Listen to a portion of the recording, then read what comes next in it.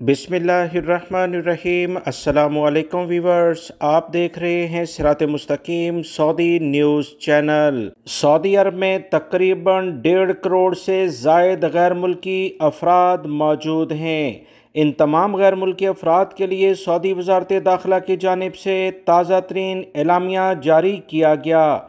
उन तमाम सऊदी शहरी और गैर मुल्की अफराद को ख़बरदार किया गया है जो गैर कानूनी गैर मुल्की अफराद को किसी भी किस्म की कोई सहूलत फ़राहम करते हैं।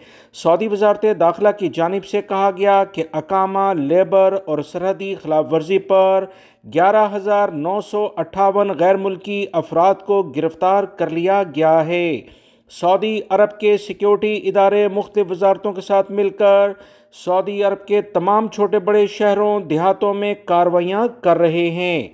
ताज़ा तरीन एलामी के मुताबिक वो गैर मुल्की या सऊदी शहरी जो इन अफराद जो गैर कानूनी लेवल पर सऊदी अरब में आते हैं या यहाँ रहकर कागजात जो भी ओरिजिनल डॉक्यूमेंट्स, अकामा या दीगर लवाजमात हैं उसकी खिलाफ वर्जी करते हैं, उन्हें तजदीद नहीं करवाते और मुसलसल सऊदी अरब में रहते हैं, इनके खिलाफ कार्रवाइयाँ वसी पैमाने पर शुरू हो चुकी हैं।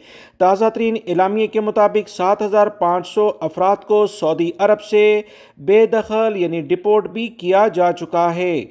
सऊदी अरब के सिक्योरिटी इदारों ने कहा कि वो गैर मुल्की या सऊदी शहरी जो गैर कानूनी अफराद को किसी भी किस्म की सहूलियात फराहम करेंगे, इन्हें 15 साल कैद और 10 लाख रियाल जुर्माना किया जाएगा।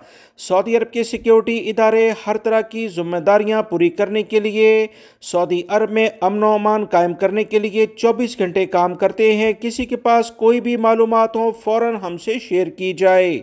वीडियो लाइक करके शेयर भी कीजिएगा। मिलेंगे मज़ीद ताज़ा तरीन अपडेट के साथ। अस्सलामु अलैकुम।